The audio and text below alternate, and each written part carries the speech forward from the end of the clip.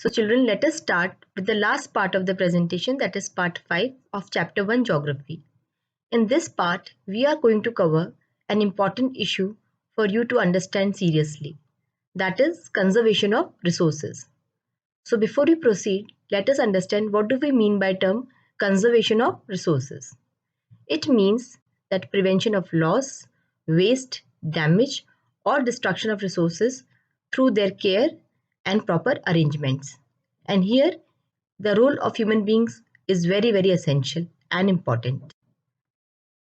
Modern civilization and life itself depends on natural resources.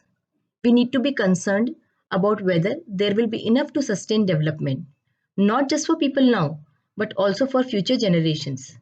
Exploitation of a natural resource sometimes has unintended consequences. For example, when coal deposits undergo strip mining, the flow of underground water may be disturbed, causing wells to dry up, or poor farming methods have ruined much farmland and left it barren. So then what should we do?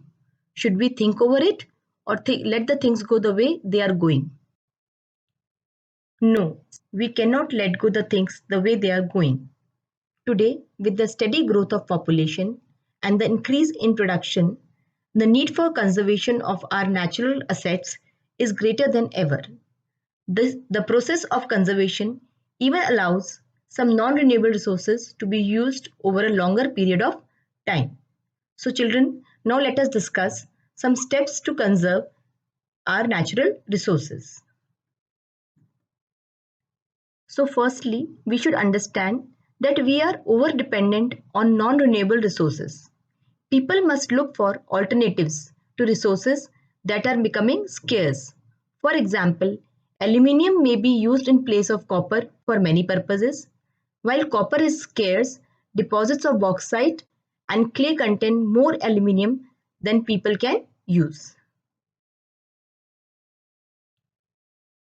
Secondly, even if natural resources are conserved and developed properly, the earth will be unable to provide enough food if the population keeps increasing at an alarming rate the way it is growing. The growth of the world population thus must be controlled to allow for a better quality of life and sustainable management of resources.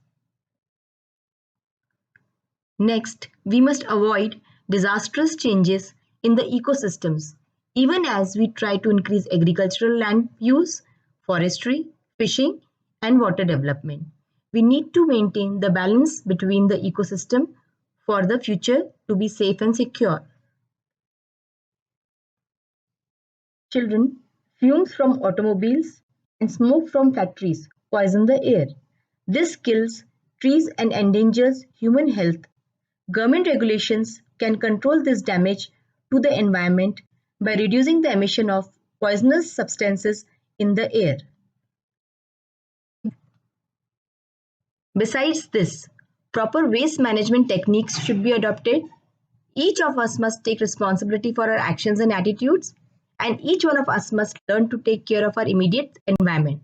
And this is how we can conserve resources not only for us but for the generations to come. Throughout the presentation, you have heard a term sustainable development. So children, what is the meaning of this term sustainable development? It means that the development that meets the need of present should be done, but without compromising the ability of future generations to meet their own requirements. That means, of course, yes, we should use the resources today for improving the quality of our life. But we need to also take care that we leave these resources for the future generations also. So this is known as sustainable development. So with this, we conclude our lesson. And here let's quickly recap what we have done in this chapter. First, water resources and how they are the most vital means of satisfying human needs. Second, the broad classification of types of resources, that is natural, human-made and human.